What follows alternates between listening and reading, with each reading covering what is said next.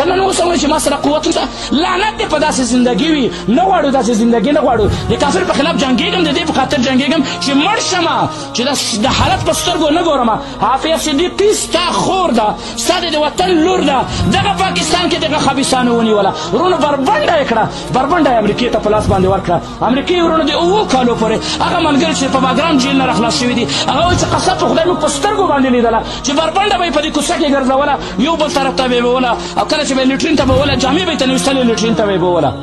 او موږ حیران یو چې دا څوک ده صرف د ژبې نه یې پوه شو چې یو پاکستانۍ ښځه ده یو پاکستانۍ خور ده هلته مجاهدینو 10-15 ورځې روټۍ هړتال یې وکولو چې هېڅ نه خورو مړی شو خدای ښه ده د دې ځای نه رانه وباسئ چې د دې چغې څیرې زموږ غوږونو ته نه راځي ورونه هغه ځای نه یې چته کړه لاړه امریکې ته یې بوتلله په امریکا کې نن 4 کاله یې نن ورته قید ورکړی دی نن هم جهاد فرض عین نه دی نن هم ته دې ته ګوره چې ما ته مور پلار اجازت وکوي د ته چې جومات ته ځې فرض مونځ کوې مور ته وایي چې مور زه جومات ته ځمه